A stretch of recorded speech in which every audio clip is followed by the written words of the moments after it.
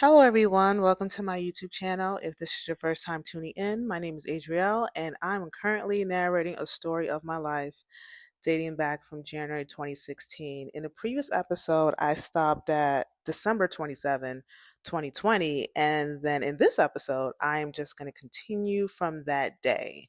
So here it goes.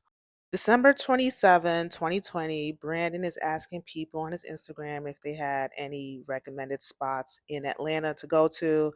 As that is going on, I am on the call with a rental assistance program that's in the city of Dunwoody and Sandy Springs.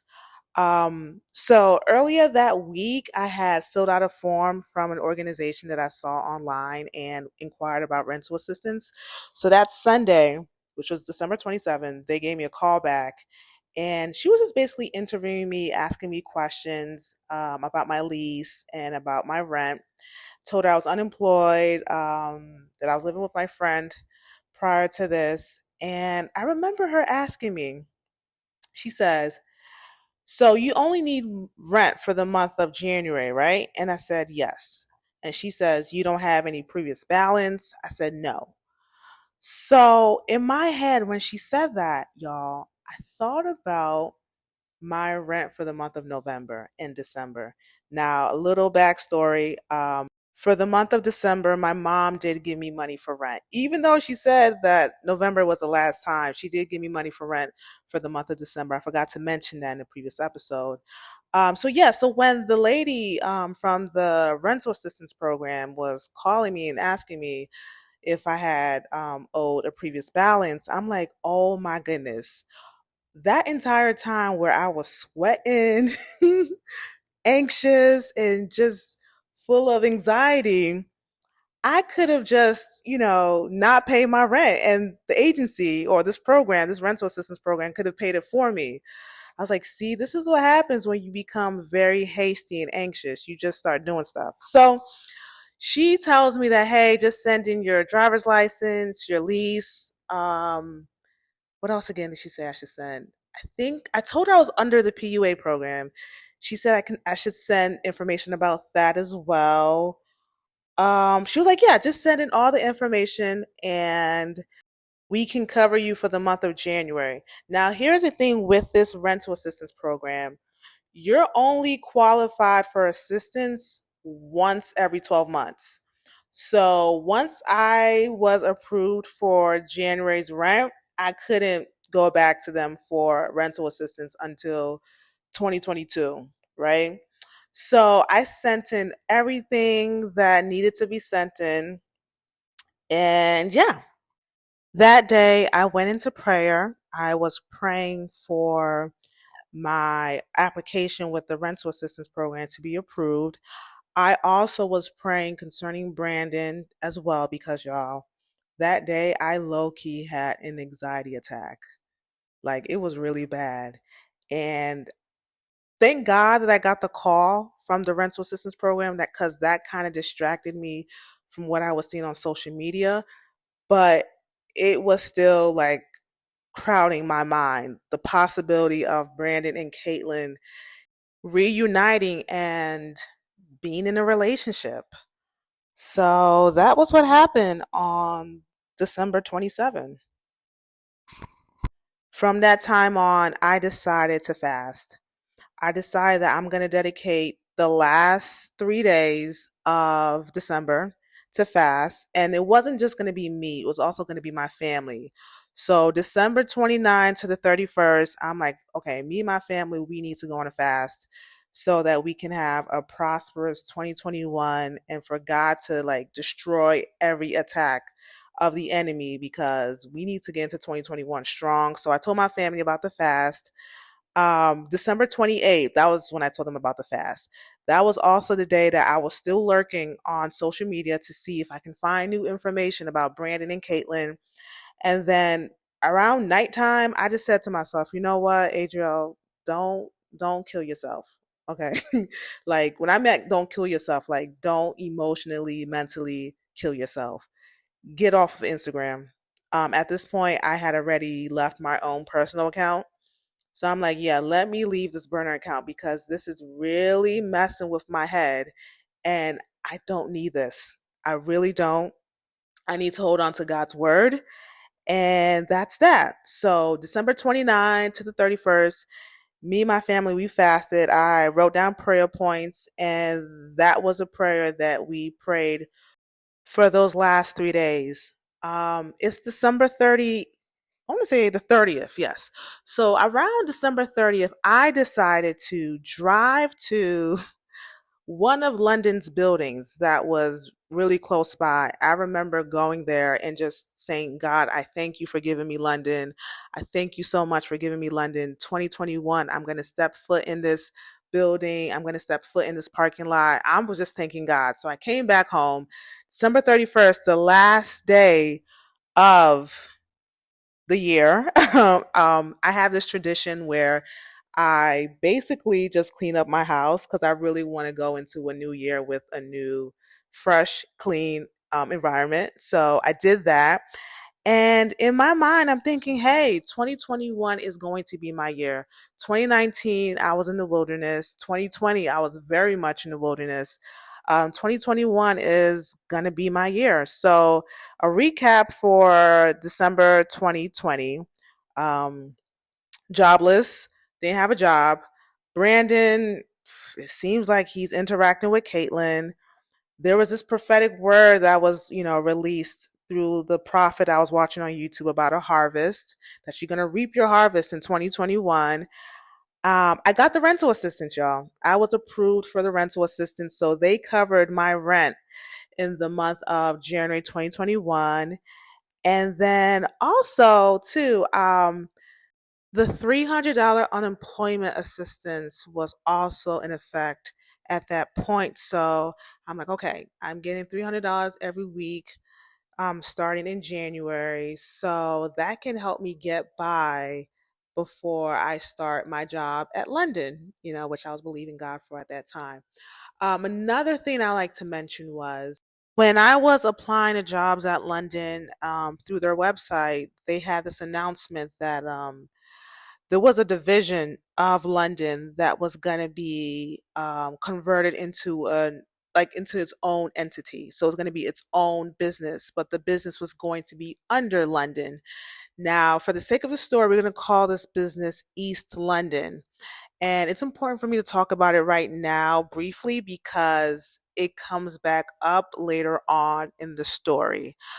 So yeah, that was my 2020. Some other things I didn't mention, y'all, was that in the month of November, when I was struggling with the whole rent situation, I remember just becoming empathetic and understanding with people who struggled financially. And when I say people who struggle financially, I'm really talking about people who struggle financially, but they go out to get money through like immoral means. So I remember telling myself, like, man, I can understand why a woman would strip. I can understand why a guy would sell drugs. Like, they're doing that to make ends meet. So I remember just becoming so empathetic towards them because in my mind, I'm really thinking like, man, if a person becomes a stripper, if a person, sells drugs, they're doing it out of greed. They're just like money hungry. They just love money so much. But that's not always the case. It's like they're doing it because they need to pay their rent. They need to pay the bills. So I just became very empathetic and understanding for like people who do that. Now, I honestly do believe that if you're in some type of financial need, I do believe that God wants you to rely on Him because ultimately, God is our source. So if you have a 9 to 5 job, if you have a business that brings in money every 2 weeks, every month, just know that that is a resource and God blessed you with that resource. But that is not your source. God is your source. God is your provider. He wants to protect you. He wants to provide for you. He wants to meet your needs. So I do believe that if you're someone who need like financial help, you should go to God. But at this time, y'all, I just became very empathetic and understanding towards people who kind of like just went that route in life. Is there anything else I like to mention? Ooh, there's two things I do like to mention. Um, Something I forgot to mention way back in 2019, y'all, was that in 2019, when I was living in Douglas, I forgot to mention this, but there would be times where I would say to myself, like, man, I really wonder how Brandon is going to approach me and ask me for my number. And the reason why I thought that way was because Brandon gave me this vibe that he doesn't approach women. Like he's too cool for that. Now, I don't know, like back then, I don't know if the reason why I thought that way was because like so many girls were like in his DMs and comment sections and then, telling him that he's super fine. Maybe he felt like he didn't have to approach a woman.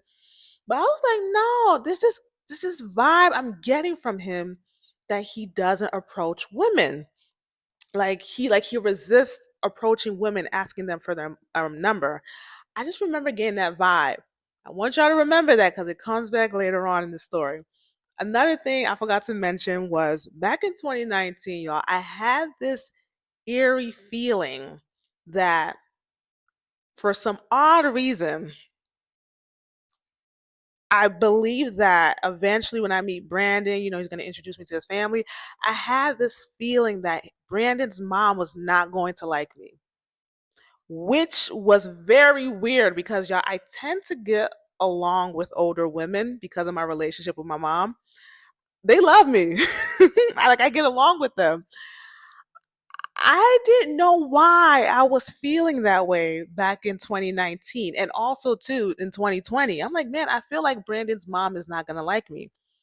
I want y'all to remember that because later on in the story, I actually find out why I was feeling that way. Is there anything else I like to mention? Also, my friendship with Esther. So Esther and I, like I said, back in August when I moved into the apartment, I was inquiring about Esther to God, like, is she legit? Is she really my friend? Well, sometime in the middle of September, Esther did reach out to me. She wanted to chop her hair off and she wanted me to follow her to the barber shop for some moral support. She called me. She reached out to me for that. And we went. We didn't talk about what happened when I stayed with her. There was no attitude, there was no bad blood. But I do feel like when I was with her during that day that the vibe wasn't all the way there. It wasn't like, hey, my goodness, my friend, my friend, my friend. Like, oh, I'm so happy to see you in your apartment. That vibe wasn't there. I do think there was some type of like, maybe some type of resentment towards her of what she did, but there was no bad blood. I'll just say that. There was no bad blood. And me and her had continued a friendship.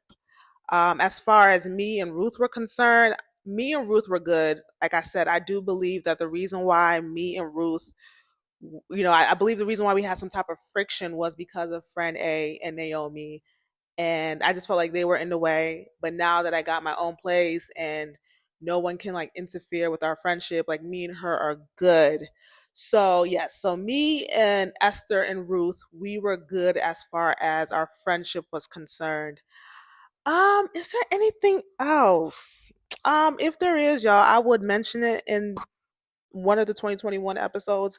But yeah, so that is the end of January 2020. The next episode, I will talk about January 2021 and all the stuff I went through in that month. So if you are liking an unlikely story, please comment, subscribe, like, share.